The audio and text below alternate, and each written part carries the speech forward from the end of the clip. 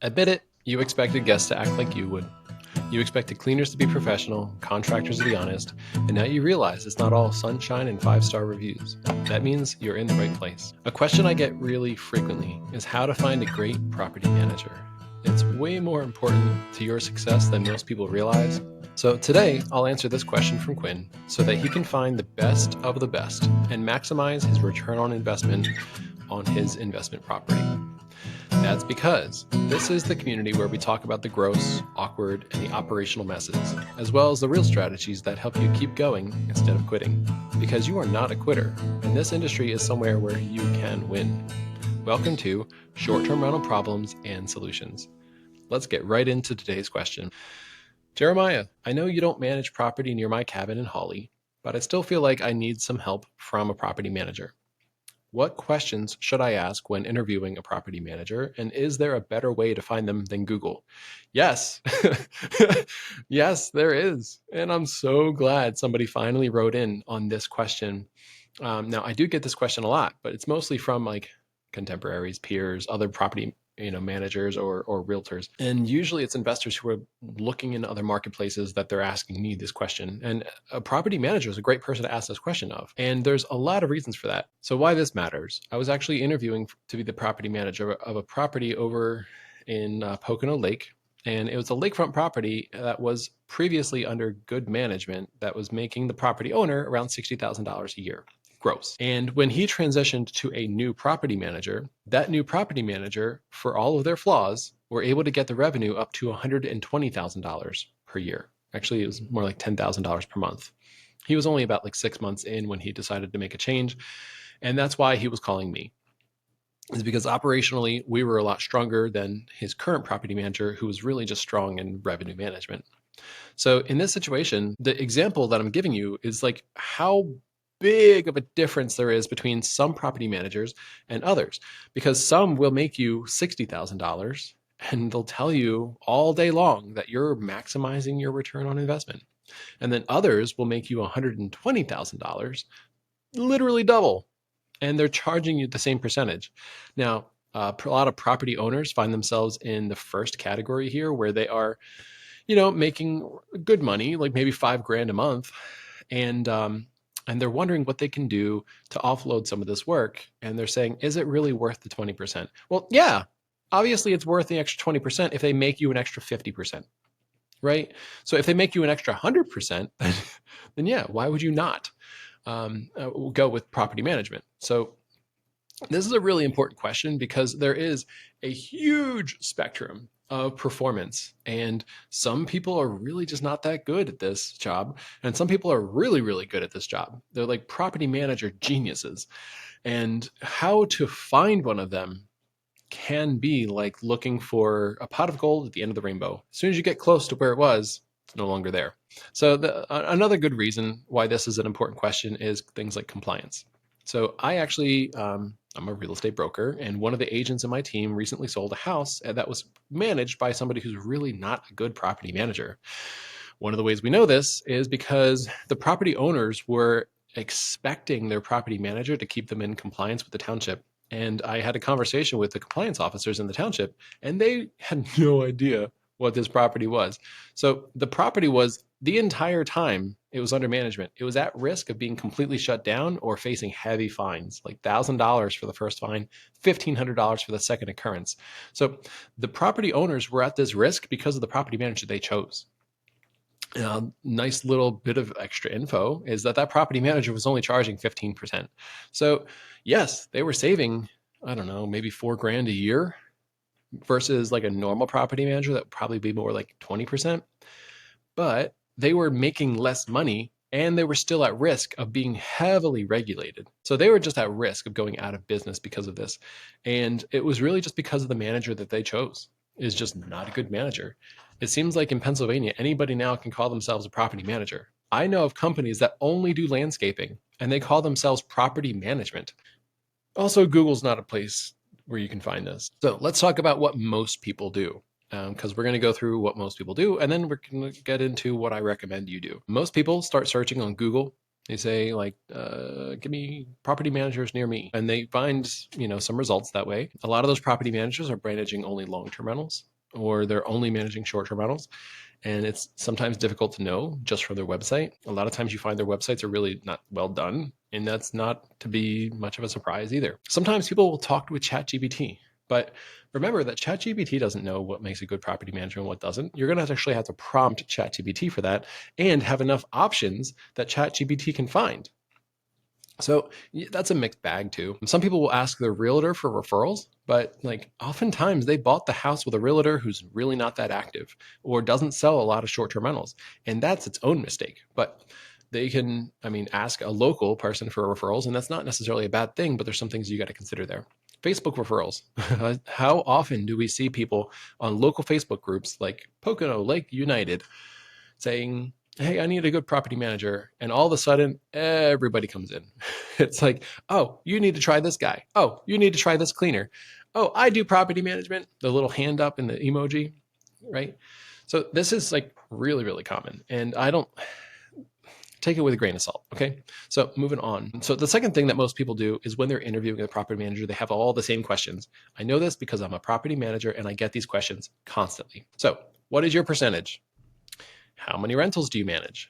How much do you think my rental will earn? What technology do you use? How much is the cleaning fee? And how many platforms are you going to post my house on? Now, these are all like legitimate questions and all, but a lot of them can be like assumed. Like if you found a good property manager, then these other things are not really that important. The mistake a lot of people are making is they're trying to get to like the deeper questions, but they're asking very service level questions. So what do you really need to care about? Do you care about my success? How good are you at your job?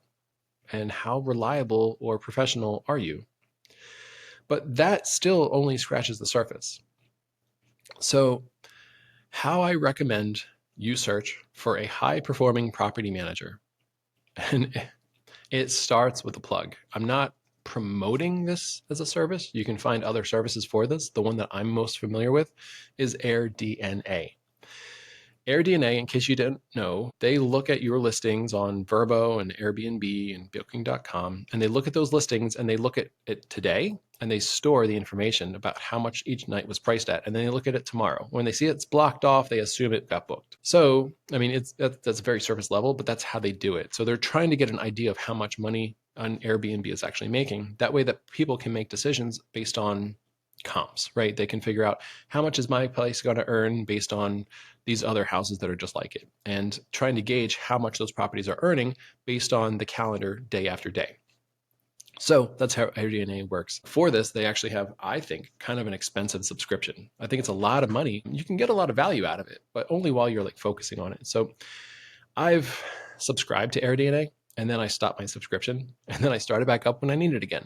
And I think that you should do the same thing. Maybe just pay for a subscription, cancel it a month later, that sort of thing. So obviously you can tell I'm not promoting AirDNA because they would not want to pay me to tell you to cancel after a month. But once you've got the information that you need, you really don't need it anymore. Especially if you're going to use a professional property manager. A lot of the information that AirDNA is going to give you is just going to cause you to like bother your manager. Let them do their job. Anyway, so get a subscription, go on there and look at your local marketplace, all of your listings. So I'm going to use the Poconos as an example. There's like 8,000 listings.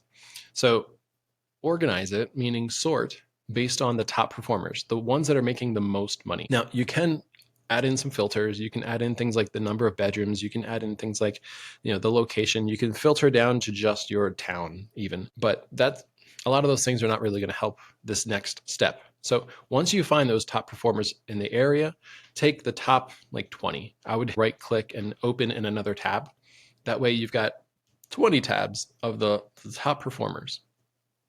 Now you go into their Airbnb profile or their VRBO profile, whatever's on there. So you're going to go into those profiles and you're going to look for these signs. And these are clues leading you back to the property manager. So number one, look at the name. Who is the host? Who is the co-host? Look for patterns. If you see that Joe is a co-host on this house, but then there's like 3 other houses in the top 20 that Joe is also a co-host on, then there's a good chance that Joe is actually a property manager. So keep your data, maybe write down the names of all these different hosts that are in your area that are hosts of the top performing properties in your region. Because you probably heard like where there's smoke, there's fire. So you're using AirDNA to figure out where the fire is. And then once you find that fire, you're going to find out who's tending and building that fire. That's the idea. So you can oftentimes reverse engineer from the Airbnb listing if this is a professional property manager or something else. So click on their profile. You can view some information about them, what decade they were born, what their favorite music is, whatever. All this unnecessary information. But what you're actually trying to get to is little clues. Like, do they mention that they're a realtor? Do they mention that they love living in the mountains? If it's a mountain marketplace, do they have a name like Galvanized Management or Calibrate Estates? Do they have in there that they're a real estate agent for Remax property specialists? Because these are all things that you can use to find them, right? So if it says that they are Kelly Rakowski, I don't know who, that's a made up name, but if it says that they are Kelly Rakowski from Remax property specialists in Pocono Lake, now you can Google that. Once you Google it, then you can find their cell phone number usually. Sometimes you can find their office phone number, and you can contact them to ask them if they are professional managers. If they're professional managers, then ask when a good time is to interview them, because you found this listing and it's the reason why you're interested in using them for management. This is like a really good strategy, in my opinion. I know I'm saying it out loud, but this is what I recommend that you do, because you can look through those top 20 listings and you can find maybe 3 or 4 that are actual property managers or people who are considering becoming property managers. Now, I definitely would not message all of them through Airbnb. That could get you flagged. Part of the reason is people are not supposed to solicit services through Airbnb. It's just supposed to be for guest communications. So if you message it's going to show up as like a, pre-approve this guest kind of a thing. The host now has to respond, and that's not what you're trying to do. You're trying to get in touch with them some other way. So if they're a property manager, then part of their profile, part of their naming convention is going to help you get in touch with them. And that's all you're looking for. If it's difficult to get in touch with them, they're probably just a property owner who's operating their own house, or something else is going on. And I'm not here to explain all the different things that could be going on, but this is a good way to find the people who are attending the biggest fires by looking at from the smoke and the signals, and here's AirDNA, and here's the listings that are actually doing really well. So if you can find one that is doing really, really well, then here's some things I would expect from that. I would expect them to have a good handle on property management, on systems and people, and that they actually have high standards, that they know the secret to success, or at least in that listing, what made it successful. So these are all things that lead you towards finding a good property manager. Now, is this the only way to find them? No. I'm also going to recommend that you look for referrals. So consider talking to your agent. Downside, your agent might not be, active anymore in real estate, or maybe they were not from the area. Maybe you live in Philadelphia and you used your brother to be your agent in the Poconos. That's a bonehead move. I'm sorry if I offended you. And I'm sorry if you're the brother in Philadelphia. But at the end of the day, you need a local agent that knows their business and is specialized in this investment category if you're going to find a good property, a good deal. But whatever, we're past that. We're not talking about finding the investment property or choosing a real estate agent. If you want to know more about that, I've got some strong opinions and some good advice on it too. So email me. But moving on, you can check with any real estate agent. You might actually be getting contacted by real estate agents who are interested in selling your property. The people who laud themselves as being short-term rental realtors or real estate agents, or asking on Facebook, who's the real estate agent that knows the most about short-term rentals? You're not necessarily looking to sell, but these are people who build their business on referrals. So what you're doing by getting in touch with them is asking them if they have referrals for property managers. There's a good chance they are one, or that they have one or 2 or 3 they refer their clients to. It's a referral business. And if they don't have good referrals, then their buyers are not going to buy a second or third property, right? So that's one good way. Another one is builders. I know in my area, there's a bunch of builders that kind of specialize in building like A-frames, chalets, and contemporary homes, the things that are going to rent really well. Those builders probably know a few property managers they can refer you to. And They might be happy to just send you a few phone numbers, but that's another source. Investor groups, going to like bigger pockets forums like that, or investor groups that are on like Facebook or Instagram or whatever. Like those are some other places where you might be able to find a good property manager. Another one is looking on Google and asking the property managers. Mostly nobody thinks of this, but a great question to ask a salesperson, and specifically a property manager in this situation, is who would you consider your top competition? And then listen, because if they don't know who their top competition is, then they're probably not all that great. They should know who they're competing against. If we're talking about a product that's for sale, that's a little different. Now it's a widget and you're thinking about who else makes a widget like this. But when you're talking about services like property management, like roofers know all the other top roofers. They know who they're losing jobs to, and they knew who they're competing with. And that's part of being a good business owner, right? So part of being a good salesperson is knowing who your competition is. And they should be able to articulate and tell you like 3 or 4 right off the top of their head. And then allow them the opportunity to save face and tell you why they're better than those competitors.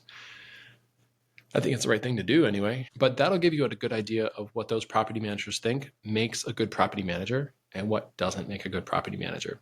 Now, this is all just so you can build your list. All right, the going on AirDNA, the asking for referrals, it's now helping you whittle down a couple of property managers that you're going to call and schedule an interview for. These are probably busy people.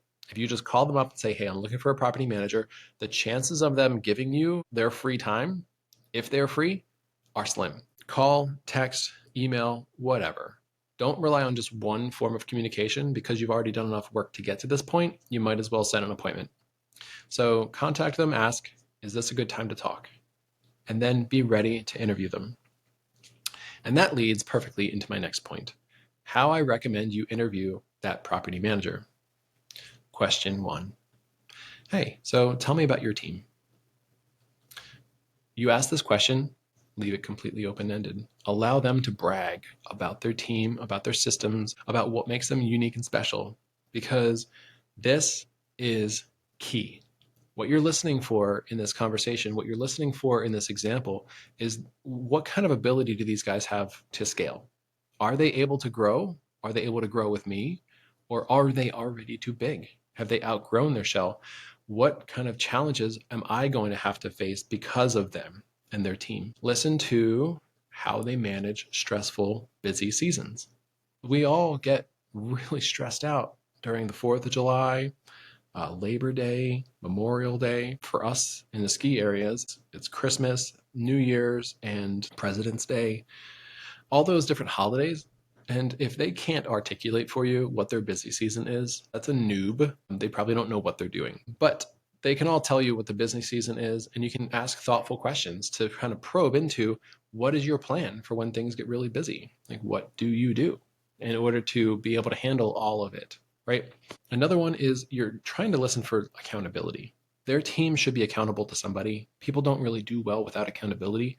If they're relying on like 15 subcontractors that don't take well to feedback, constructive feedback, then that tells you that there might not be a whole lot of accountability there. But ask them about their team in order to get all of that other information. This gives you an idea of how professional they are, if they have the ability to handle another property, if they care about their homeowners, if they care about their team. Next question. Tell me about your best performing properties. Now, you found them possibly because of AirDNA. So you already are familiar with one of their listings, that they did a fantastic job. But there's also a chance that they had nothing to do with the success of that listing. And when I say nothing, like they could just be like being micromanaged by the property owner. This does actually happen in this industry where somebody's given a blank check. Basically, they're being told, hey, do this and this and this. I already set up the house for success. Just don't screw it up and you'll make great money. And the property manager is just a little pawn in this whole chess game. They don't know what they're doing. So when you ask this question, listen for what is their strategy? What part did they play in the success? Why is that house successful? And how you can learn from that in order to apply those things to the success of your property. You're also looking to see, is this person the team captain? Or are they like the tight end, just running the plays that the quarterback calls? The next question I recommend asking is, how do you go about choosing contractors for a property? Now, this is a property manager. You're going to be entrusting them to solve all the problems associated with your rental. So you've got to trust their judgment when it comes to solving those problems. So them telling you how they choose cleaners, at what point it's time to fire a cleaner and hire a new one, how they choose contractors, and even utilities like collecting trash. Like these are all very important functions that property managers are outsourcing. Generally speaking, they're outsourcing this to somebody. And you've got to find out from their perspective what qualifies somebody to work on my house. Like I know what judgment I would use to choose somebody for this, but what about you? You're the property manager. You've got all this experience, right? Tell me how you choose contractors. And is it just because they're, available and reliable? Or is it because they have standards like yours? Is it because they actually care about their job? Or is it because they're really excellent? Did you have to recruit this one? I've seen property managers out there that actually recruit cleaners because they're looking for somebody with really, really high standards and reliability, and that's sometimes very hard to find. So while we're on the topic of reliability, ask them about their communication style. So for communication, what should I expect from you? Now, this is their opportunity to tell you. Every month when I do my account statement, I review the account with you. I call you, or I send you an email, or there's a description of this. When there's a problem, I contact you in this way, blah, blah, blah, blah. As a property manager, I actually have a matrix of communications. It's people and their job titles and their phone number and their email. And then we have a whole nother matrix of who to contact first, second, and third in what situation. So that way it's very clear. It's laid out. It's in a record that can update and change. So that if we have somebody who have to let go or if we change their title, we're going to edit that document as well. So the homeowner knows who to contact when and for what reasons.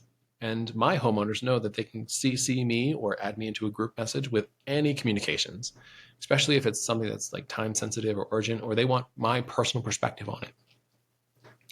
So for communications, it's important that you know that they're going to communicate with you, because if they take a month to respond, or if they're just really not that motivated to put time and effort into you or your property, this is probably not a relationship that you want to get into. The next question, how often should I expect you personally to inspect my property? Now, this is going to throw a lot of property managers for a loop. It's going to throw them off because, again, this is my pet peeve. There's a lot of property managers, even ones that I'm competing with, that are in Colorado, they're in Florida, they're in Delaware. They are sometimes a plane ride away from coming to visit your property. So how often do you think they're actually going to walk through your house? That's right, almost never. Almost never. And they think that they're doing a good job of managing your property because it's always booked. And because it's always booked, they can't find time to get in there. But that's when they are needed the most. So think about their location. And if they are actually going to be not on site, like some of the top property managers in this area live an hour, 2 hours, 3 hours away from the Poconos. And they might own property here, but they're trusting somebody else to manage all the operations sometimes. So some of them have an operations manager. I've seen this becoming really popular lately because they recognize that to manage property properly, they have to be on site. They have to be there. They have to actually inspect. They have to hold their cleaners accountable.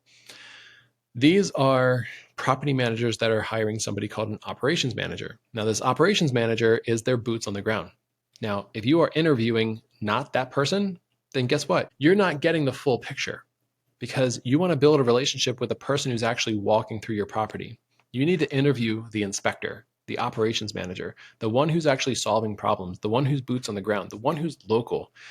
That's the one that you need to be interviewing, not the salesperson or not the business owner who's like located in Colorado or somewhere else. You need to be talking to the team that's actually going to be solving problems for you. So that leads me to the next thing, like check and see if you can do an inspection, or that you'll actually do a video call with the person who's doing the inspection. Again, there's a multiple reasons for this. It's not just to hold them accountable. It's also because you want to see what they're looking for. You want to see that they're detailed. They should be. It's their job. You want to see that they are qualified and that This gives you also the opportunity to build a relationship with them. You want to see what their quality assurance is like, their QA, right? So any industry should have some sort of quality assurance. And if your property manager is relying on guests complaining about their rental to tell you that there's a problem, you have a terrible, terrible property manager. I'm sorry to say it. I hope you're listening very closely. Obviously, we're calling and talking about my opinion, but my opinion is that you are completely negligent if you are trusting a property manager who never shows up, who doesn't care about quality assurance. See, 9 out of 10 guests are going to walk right past that crack in your tile floor. 9 out of 10 guests are going to go and notice all the cobwebs and say absolutely nothing. It's that 1 out of 10 that's going to leave you a 3 or 4-star review that seriously impacts your revenue. And it's because the property manager is not walking through it themselves to get ahead of these problems. I can't tell you how many times I've stayed at a rental and the host has said, "Thank you for bringing these up. Guests don't tell me about these issues. I'm really thankful that you told me about the issue. I'm going to take care of it as soon as possible." But what does that tell you? That tells you that the host didn't know about this issue. Some examples: lots of hair in the shower or slow flowing shower drain. If these things are issues, a lot of guests will not tell you about the problem. They just deal with it like it's normal. You know what? The other day, I stayed in a green roof inn and they were $40 for the night, and I didn't care that the mattress was terrible. Did I report it to the people at the front desk? No, I figured they probably wouldn't care. They're running a slum and they're cheap price. It's why I'm not going to complain. It's why I'm not going to say anything to anybody, because I figure they don't care about it. I don't care about it. I got my $40 worth, an uncomfortable night's rest. And I was out of the rain, right? Now, did this actually happen? No, it didn't. I didn't stay at a green roof inn, but you get the idea, right? When you're talking about an Airbnb experience, you want to be guest focused. You want to provide 5-star service every time. Now, if you don't have standards like that, then this is not the podcast for you. I don't know why you're listening to it in that situation. If you have high standards, if you want to get the most out of your property, if you want to elevate this industry the way I do, then you should have these high standards. And what you need is a property manager that also has high standards. Because if they are okay with all the cobwebs, and if they're only stepping foot in your property after enough guests complain about issues, then are they even managing a property? Or are they just trying to get as many rentals in there as possible? Are they looking at it long term, or are they looking at it short term? Right? Because this is a property, it's an investment property. You didn't underwrite this to own it for 1 year. You didn't underwrite it to own it for 2 years. You're looking at, what can I do? I'm going to add a hot tub. I'm going to add a sauna. These have an ROI that stretches out 2, 3, sometimes 4 years. I'm investing into this property. Let me find a property manager that has a long-term perspective. They're going to be in business 5 years from now, and I'm not going to have to keep finding a new one. Breaking up is hard to do. And if they start lowering their standards, or they get too busy to manage your property well, there's major implications. And I think that you need to get out ahead of this. You need to find a property manager that cares about quality, that's doing inspections, because if they're not doing inspections, you're leaving yourself liable for all these problems.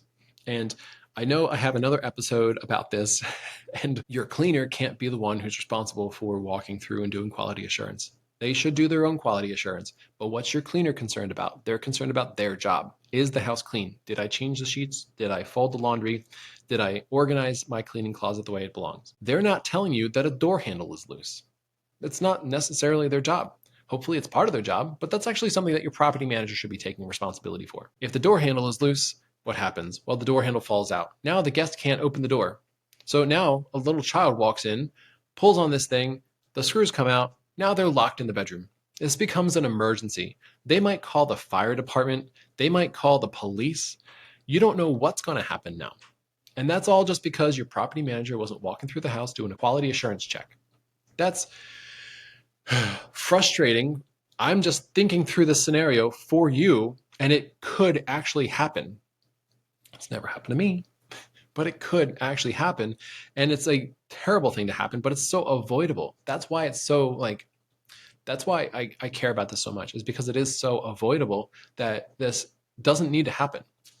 So I'm just telling you, when you're interviewing property managers, find out what their system is for quality assurance, how they can make sure that the guest is not checking into a house that's full of dust, that has pet dander all over the place, that there's a foul odor, or like, and a lot of those property managers will just say, oh, I've got a fantastic cleaner. He or she would tell me if there was ever an issue, but they're not checking the roof for missing shingles. They're not looking in the driveway. Like, they'll step right over that puddle in the driveway. And it was left that way because all winter long, your plow guy was pushing all the gravel right to the end of the driveway. And now there's a big puddle that guests are going to complain about, or they might not. See, 9 out of 10 guests are not going to complain about that puddle. They're just going to assume that's the way it is and walk right around it. So now the guest experience is being impacted by something that your property manager has no idea about. And I can't tell you how many inspections I've done for other property managers because of confidentiality, but where there were horrible issues going on in the property that the property manager was completely unaware of, that impact the guest experience and just present this humongous risk. And some of the property managers, believe it or not, that have high revenues are watering down the chowder. Let me qualify that. So have you heard of the idea of somebody buying a diner that's known and it's popular and it's making money because of its quality, like lobster bisque or its chowder? And then to make more money, they make the same amount of chowder, but then they water it down so they can sell it, right, for the same price, but now it's watered down. They're ruining the one thing that made them successful. And property managers will do this sometimes because they're focused on short-term gains. You're going in on a contract with them with the expectation that you're going to manage this for years, and their expectation might be that they're only going to manage it for 6 months, that they're going to manage it through the summer. There's no guarantee of next winter. So they're going to water down the chowder because they don't care how it affects your property. The practical ways that this actually takes effect for you and your property is like all the scuffs on the walls, the furniture falling apart, things like this that can get them through. Like, they'll put band-aids or duct tape on problems in order to solve them for now so that they can continue charging these high rates for guests. I'm sorry, but there's so much in this industry that you might not be aware of. And it's best to become aware of it now while you are looking for a property manager than to assume that all property managers are bad like this. You hear some of these horror stories from people like me. You should realize that there's actually really good property managers out here, and some of them have trouble differentiating themselves against all the bad ones because they actually have systems for things like this. They actually do care about your property. They actually do walk through your property frequently. And so many times people are asking those stupid questions that I mentioned earlier. What's your percentage? What platforms are going to place me on? And how many properties do you manage? They're making their decision based on something like that instead of actually asking real important questions like, what is your quality assurance like? And then listening, because this is such an important thing. Next one, let's move on. What are some tasks that you can handle so that we don't end up needing a contractor? Think of things like light bulbs getting replaced, extension cords being used or replaced, replacing an area rug. I'm looking at an area rug right here in this rental I'm sitting in, and it needs to be replaced. So I'm making a note. We're going to order a new one. It's like a $95 area rug. I'm going to come over, roll it out. Perfect. Am I going to have to charge for this? Absolutely not, because that's what a good property manager does.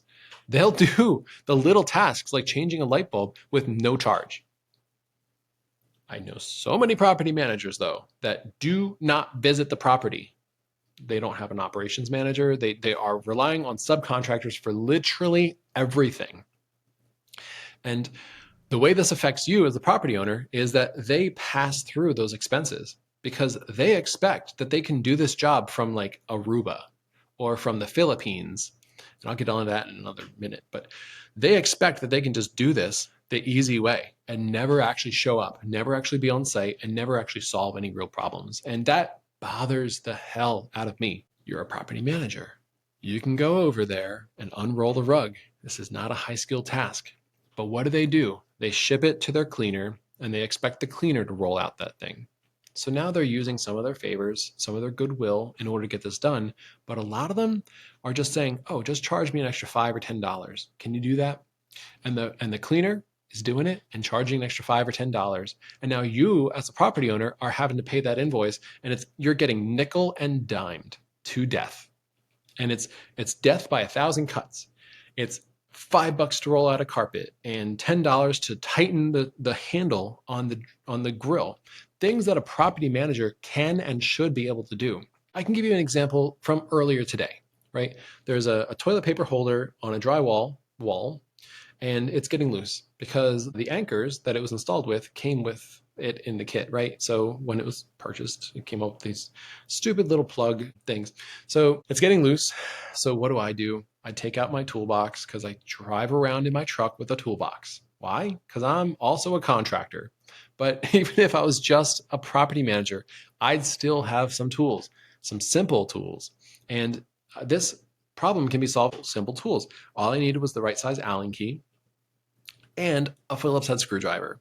So I took this thing apart, took it off the wall, took those plugs out of the wall, and then I replaced them with the kind I like to use, the drywall anchors that screw in, because they're actually way better and stronger. And then I screwed everything back in, put it back on, and it's all fixed. Am I going to bill the property owner for that? Absolutely not. Because I think that part of my value as a property manager is that I'm able to solve problems like this. I know how to solve problems like this. And even if I have to rely on somebody else to do it, and they give me a $25 quote, and you're like, that seems a little bit high. You know how easy this is, right? Yes, it's very easy. They give you a $250 quote, they're just taking you for a trip. And some of these property managers are charging you as the homeowner 10% on any invoices that they get. So their incentive, if you think about it, is actually to get those billables as high as possible. This reminds me of a gentleman I interacted with maybe 6 months ago. He is a owner of a short-term rental that was converting it into a long-term rental. And if you listened to last week, you heard an episode on conversion, short-term rentals to long-term rentals. So check that out if it's something you're thinking about doing. But he said, no, Jeremiah, I'm not thinking about short-term rentals because I've already played that game. You know, the game where everybody else makes money except for you. And I'm not surprised because, again, there's a ton of property managers in this industry that are just greedy little operators, and they're just trying to take you and your shirt for all it's worth. And if they can get a high performing property that earns $85,000 a year, and they can siphon $85,000 a year out of that property where you barely make anything or even, God forbid, lose money, that property manager is getting rich from your misfortune. That should scare you into following some of these recommendations on how to hire a good property manager, because it happens. It happens more than you know. And oftentimes it happens in a way where the property owner blames themselves. So they don't leave a review. They don't tell anybody their story. They just quietly quit. And I see it too frequently. Even seeing it one time is more than enough. The last question on this level of the interview is, what is your pricing strategy generally? So in normal cases, how do you price a property? So they should be able to talk through what steps they take, what your potential earnings are going to be. They should be able to tell you, based on other examples of properties that they've onboarded, what their strategy is for pricing the property accurately. If they're just going to, post it up on there and say, Airbnb thinks this is a $213 night, so I'm going to charge $213 for it, then you are not looking at somebody who knows anything about revenue management. They should have a clear strategy. They should be able to talk to you about price labs or dynamic pricing. They should be able to talk to you about their pricing tools, which one they chose, why they chose it. They should really be able to get into this information with you in an intelligent way that can communicate value to you, that you know that this person knows what they're doing and they're not asleep at the wheel. Some property managers will just put it at $120 every weekday, $250 every weekend, and it's the same amount all year long. And what ends up happening is there's weekends that you're overpriced and there's weekends that you're underpriced. And your guests are not booking the ones where you're overpriced. They're only booking the ones where you're underpriced. And if they're only booking the ones where you're underpriced, then you're leaving money on the table. And if they're not booking the ones that are overpriced, then you're also leaving money on the table. So if you can just adjust everything based on its actual demand, then you'll actually not be leaving so much money on the table, and you'll be consistent year round, and you'll be consistently booked. So that's a great question to ask your property manager, because some of these property managers are just property cleaners and they know enough about operations, but they don't know anything about revenue management. Other property managers are just these like white shirt, kind of white collar people, and they don't get into operations at all. And I feel like that's an issue in American culture, is that some people just, focus themselves in on one identity or another. And what you're actually looking for is somebody who can do both. Somebody who is that white collar genius that knows revenue management, technology, and everything else, as well as is willing to get their hands dirty and really get into the mud, right? So moving on. So the next step, so after you've gone through all of this and you feel comfortable hiring them, what I want you to do is meet them in person. This is the beginning of a relationship, and it should be made before you make a commitment to have them manage your property. Meet them in person. Treat this relationship like a partnership. They are stakeholders. They're stakeholders just like you are, and you want them to succeed, but you also want to build some goodwill. You want to be their favorite property owner, right? So walk the property with them, listen to their ideas, listen to their passion, listen to their stories, make a connection. Find a way to offer value beyond just money. Remember, favors will get you favors. So think of ways that you can do favors for your property manager so that they feel comfortable giving those favors back. Because there's going to be plenty of times throughout your hopefully long and prosperous relationship where you're going to be calling in a favor. It's like, hey, Joe, we can't find a contractor to go over there. Could you get out of bed and go help that guest get back into the house? Like, we can't find a locksmith. So can you go over and do that? Now, if you've done a whole bunch of favors for your property manager, then you're much more likely to get them to say yes. But if you've done absolutely nothing for them, then they feel like the balance in this relationship is a little skew and that they've done you a lot more service than you paid for. So build a relationship, find out what motivates them, find out what would be a win for them, find out how they would like to grow, and see what you can do to help that happen. Now, some of them don't want to grow, but you got to figure out what motivates them. So lastly, and I'm going to go through this quick, the list of things to not do. From my perspective as a property manager, I'm going to go through this quick. Do not treat your property manager like a replaceable widget. Breaking up is hard to do. It's not just like you can replace one with another real easy. Do not assume that your property is worth their time. Assume that their time is valuable and it's worth more than yours. Coming at them in this humble kind of way is going to help you find a good property manager. Do not assume that every property manager is interested in taking on another client. It's not necessarily even about time. It's about what they're willing to do and if they're already at their limit. Do not accept a property manager with standards that are lower than yours. If their standards are lower than yours, you are setting yourself up for failure, because you're never going to be happy with what they've done. And that is going to be communicated through your tone, your voice, and your words over and over again. They're going to feel like they're failing you, so why try? Do not negotiate their fee. You get what you pay for.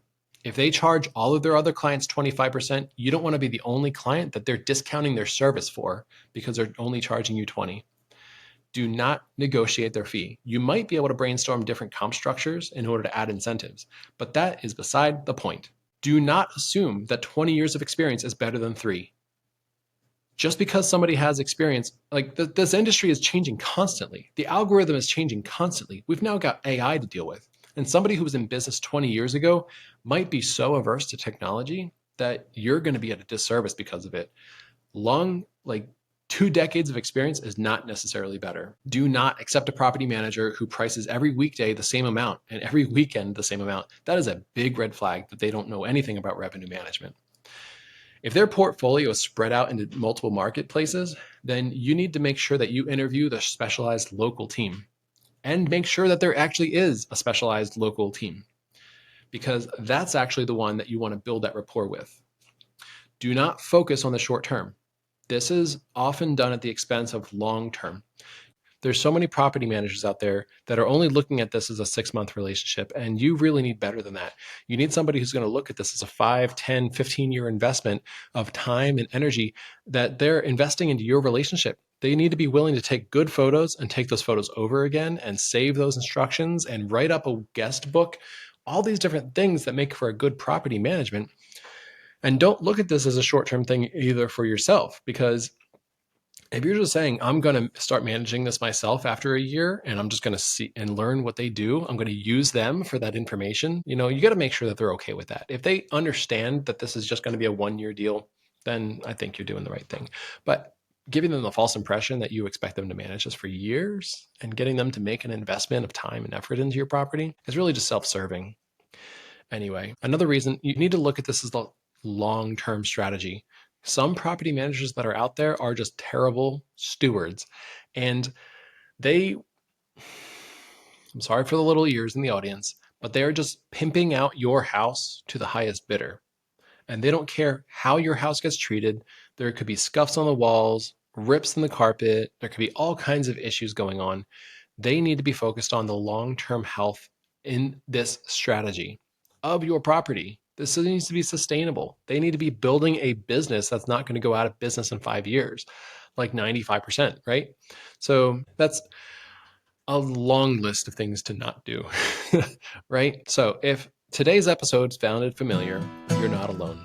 These are just challenges no one talks about when they sell the dream of easy passive income, but they're exactly the problems that make or break your operation. If you've got a situation you want to share, then please email me your question, reach out if you're willing to call in, info@galvanizedmanagement.com. Your problem might be the next one that we break down, and chances are you'll help a lot of other hosts in the process too. If this episode helped you, share it with another host who's in the trenches. Like and subscribe too, so that we can organically reach more people. That's how we make the industry better. I'd also love to see you follow us on TikTok at Galvanized Investments and Facebook and YouTube at Galvanized Management. Until next time, stay steady, keep learning, and keep building something real. This is Short-Term Rental Problems and Solutions.